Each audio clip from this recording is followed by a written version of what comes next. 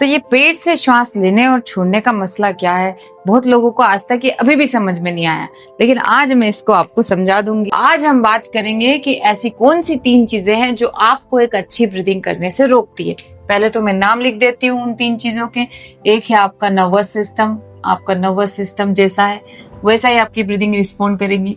दूसरा आपके चेस्ट की मसल्स, इसको लिख लो आप अच्छे से, काम आपको इसी पे करना है। दूसरा जो सबसे पहला है वो है आपका डायफ्राम, जो आपकी ब्रीदिंग को इनिशिएट करने वाली जो मसल है वो आपकी है डायफ्राम। डायफ्राम एक पूरी तरीके से एक मसल ना होकर एक कार्टिलेज का स्ट्रक्चर है। तो आप धीरे धीरे इसको खोलना शुरू करते हैं। देखिए, पहले ये समझिए कि जिन लोगों की ब्रीदिंग बहुत बढ़िया होती है उनका डायफ्राम का मूवमेंट जो है वो बड़ा अच्छा होता है, पूरा ऊपर जाता है, पूरा नीचे जाता है। और उनकी चेस्ट मसल कैसी होती है, रिलैक्स्ड होती है। जब स्ट्रेच होना है तब स्ट्रेच हो जाएंगे, जब कॉन्ट्रैक्ट होना है तब कॉन्ट्रैक्ट हो जाएंगे। और उनका नर्वस सिस्टम भी बड़ा है जो है रिलैक्स रहता है। आज की लाइफस्टाइल में हम बहुत ज्यादा भाग दौड़ कर रहे हैं, तो रिलैक्स तो हमारा होना गया काम से।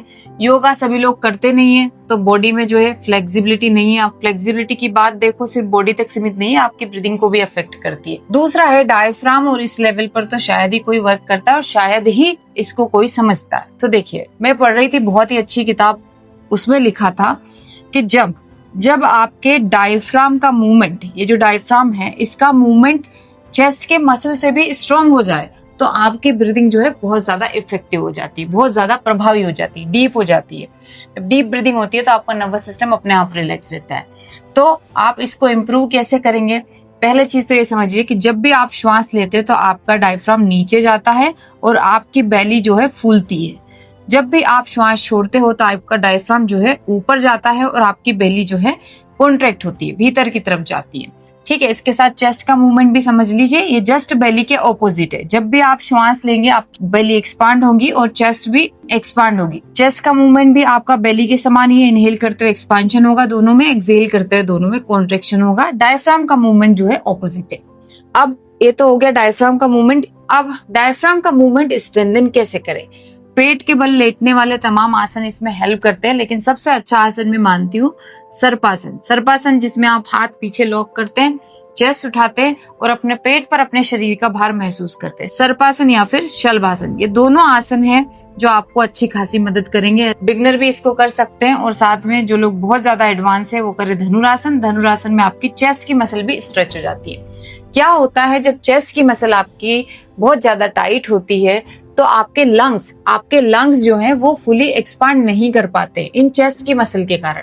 तो अगर आपको अच्छी ब्रीदिंग करनी है तो चेस्ट ओपनिंग वाले आसन कीजिए आप। बहुत सारे आसन है, सेतुबंधासन है, धनुरासन भी चेस्ट ओपनिंग करता है, उष्ट्रासन भी चेस्ट ओपनिंग करता है, कई सारे आसन है। अब नर्वस सिस्टम को रिलैक्स रखना भी जरूरी है, क्योंकि भले आपकी ये जो डायफ्राम का मूवमेंट अच्छा हो, चेस्ट की मसल फ्लेक्सिबल हो, लेकिन अगर आप अंदर से सिकुड़ रहे हो, अंदर से आपके अंदर तनाव है, तो कभी भी आप अच्छी ब्रीदिंग नहीं कर पाओगे, क्योंकि आपको इंटेंशन ही जनरेट नहीं होगा कि आप अच्छी ब्रीदिंग करो। तो शाम में आपको रिलैक्स होना है नाड़ी शोधन, अनुलोम विलोम प्राणायाम के द्वारा, एक छोटी योग निद्रा के द्वारा, और यही मैं अपने रीसेट प्रोग्राम में करवाती हूँ। अब लोग क्या सोचते हैं कि हम डायरेक्ट ब्रीदिंग कर लें, बट डायरेक्ट ब्रीदिंग होगी नहीं जब तक आप बेसिक पे वर्क नहीं करोगे। एब्डोमिनल ब्रीदिंग आपको पहले सीखनी होगी, अपने थोड़े आसनों पे वर्क करना होगा, चेस्ट पे वर्क करना होगा, और बेसिक थोड़ा सा स्ट्रेस लेवल को मैनेज करना सीखना होगा। अब ये किसी भी प्राणायाम के थ्रू अच्छे तरीके से आप करें, इसके बाद ही आप कंसिस्टेंटली किसी प्राणायाम की प्रैक्टिस कर पाएंगे। तो ये ध्यान रखिए कि अच्छी ब्रीदिंग का भी एक बेस होता है और उस बेस को हमें बनाना है, उसके बाद हमें एडवांस प्राणायाम की तरफ जाना है। धन्यवाद।